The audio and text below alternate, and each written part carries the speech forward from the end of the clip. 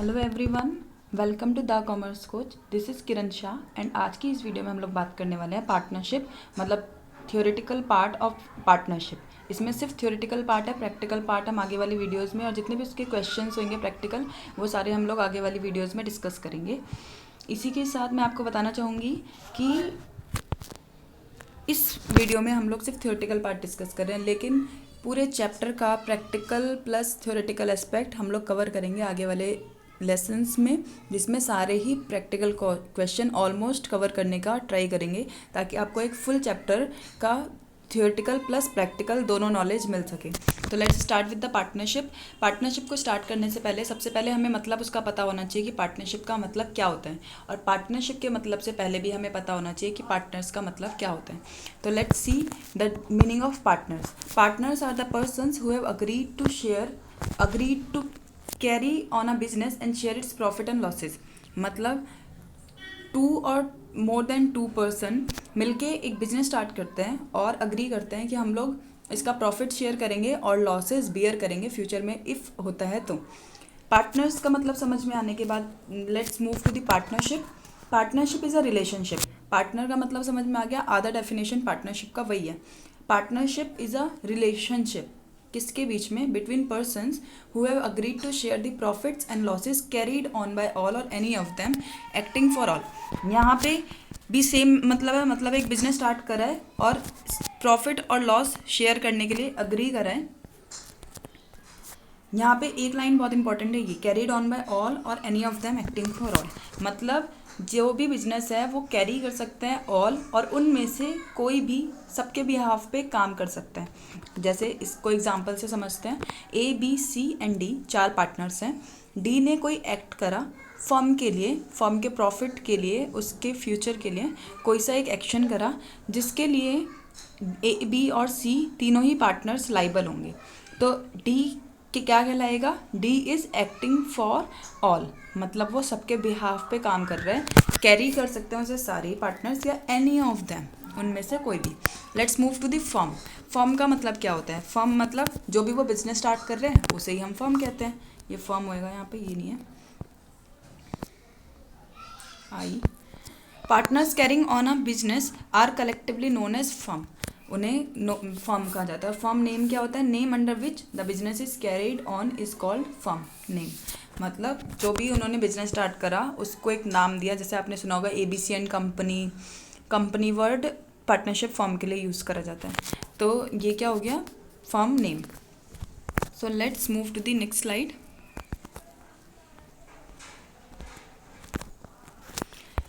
Essential feature of partnership या characteristics of partnership, बात एक ही है।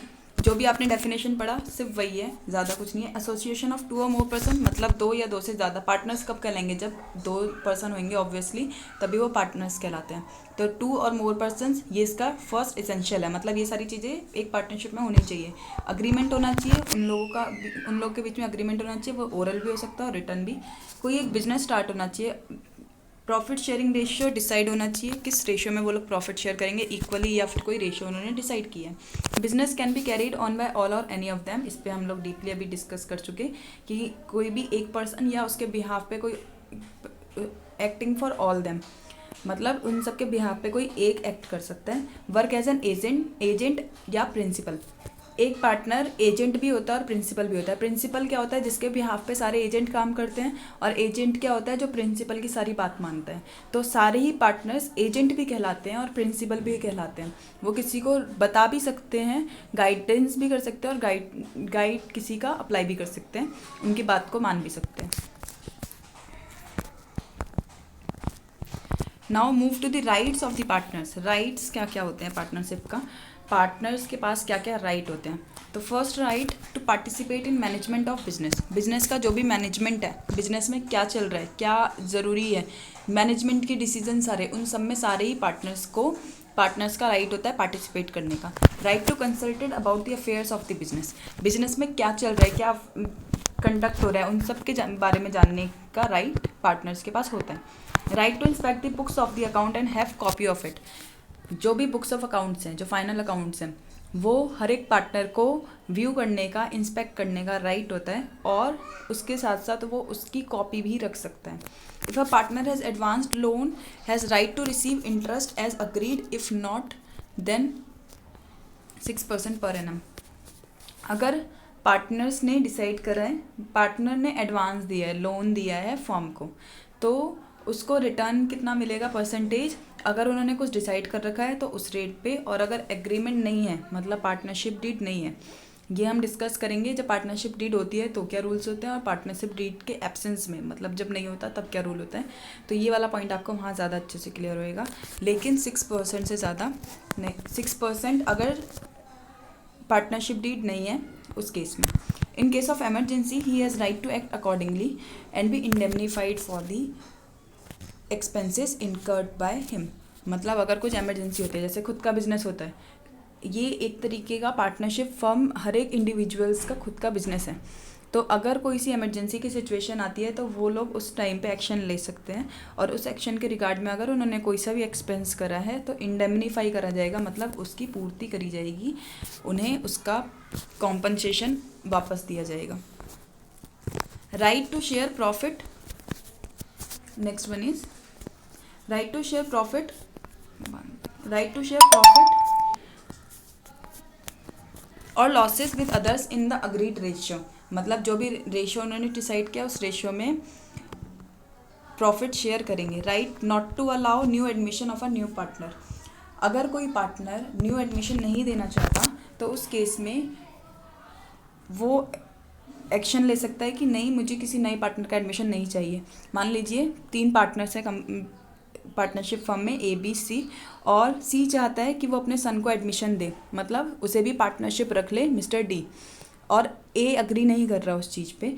तो ये वो मिस्टर सी अपने सन को एडमिशन नहीं दिला सकता, क्योंकि सारे ही पार्टनर अग्री होने चाहिए किसी भी डिसीज़न के लिए, चाहे वो एडमिशन का हो या कोई सा भी डिसीज़न. तो इसीलिए अलाउ अगर वो नहीं करना चाह रहे तो वो नहीं करेंगे. After giving proper notice partners has right to retire if incurs any expense have right to indemnified. अगर पार्टनर्स चाह रहे हैं रिटायरमेंट लेना तो एक प्रॉपर नोटिस दो, उसके बाद वो रिटायर ले सकते हैं, ये उनका राइट है. और अगर उन्होंने कोई सा भी एक्सपेंस करा है तो इंडेमनीफाइड करा जाएगा उन्हें, ये हम पहले ही देख चुके. अब हम देखते हैं पार्टनरशिप डीड क्या होता है. पार्टनरशिप डीड मतलब एक तरीके का ओरल या रिटन डॉक्यूमेंट होता है, जिसमें पार्टनरशिप अगर बन रहा है, बिजनेस स्टार्ट कर रहे हैं, तो उसके क्या क्या रूल्स होने चाहिए और क्या क्या चीज़ें एक प्रॉपर अग्रीमेंट में होना चाहिए लिखा हुआ, वो सारी चीज़ें पार्टनरशिप डीड में होती है. तो आप खुद ही सोचिए, अगर आप लोग बिजनेस स्टार्ट कर रहे हैं 2 या 2 से ज़्यादा पर्सन मिलके और एक अग्रीमेंट बना रहे हैं, तो उस अग्रीमेंट में क्या क्या डिटेल्स होनी चाहिए, तो ज़्यादातर आंसर आपको खुद पता चल जाएगा.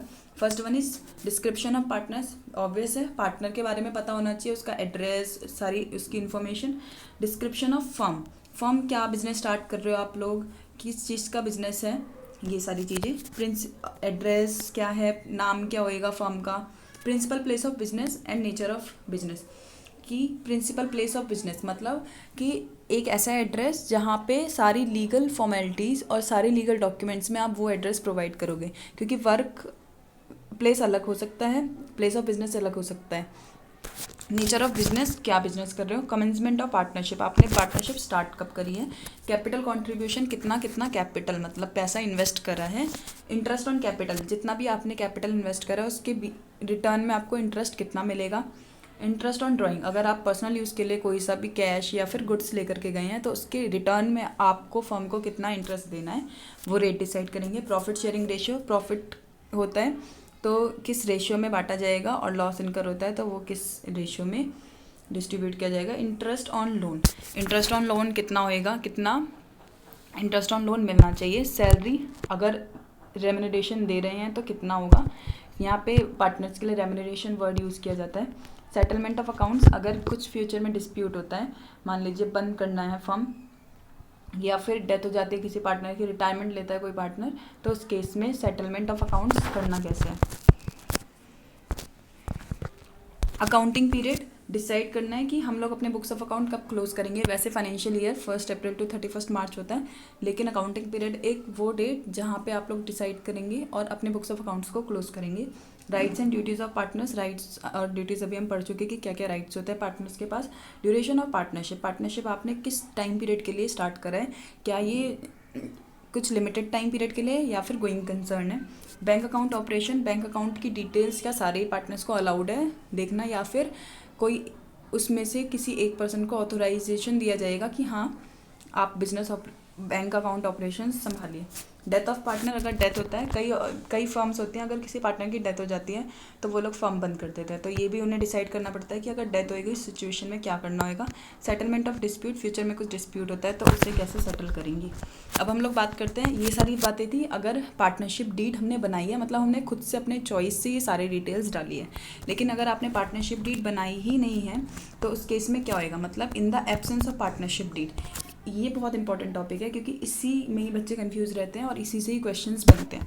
तो पार्टनरशिप डीड अगर नहीं है मतलब आपने कुछ डिसाइड नहीं किया है, ठीक है। अगर आपने कोई डिसाइड नहीं करा है तो आपसे ऊपर लॉ है पार्टनरशिप का, पार्टनरशिप एक्ट 1932, तो उस अकॉर्डिंग ये सारी जितनी भी ट्रांजेक्शन्स हैं उस पर ये सारे रूल अप्लाई होंगे, ठीक है। Sharing of profit and losses, कोई रेशियो नहीं डिसाइड होएगा, सब में इक्वली बांटा जाएगा। Interest on capital, interest on drawing, ना ही इंटरेस्ट ऑन ड्राइंग दिया जाएगा और ना ही इंटरेस्ट ऑन कैपिटल दिया जाएगा और ना ही इंटरेस्ट ऑन ड्राइंग चार्ज किया जाएगा। इंटरेस्ट ऑन एडवांस और लोन्स बाय पार्टनर, अगर पार्टनर ने एडवांस दिया है फर्म को या लोन दिया है उस केस में इंटरेस्ट कितना दिया जाएगा, सिर्फ 6%, और ये इंटरेस्ट आपको तभी भी देना पड़ेगा अगर आपको लॉस हुआ है उस केस में भी। रेम्यूनरेशन टू पार्टनर, मतलब वही सैलरी दी जाएगी या नहीं दी जाएगी, नहीं दी जाएगी। तो इस पे बेस्ड क्वेश्चंस हम नेक्स्ट वीडियो में कवर करेंगे। इस वीडियो में सिर्फ इतना ही। Thank you for watching.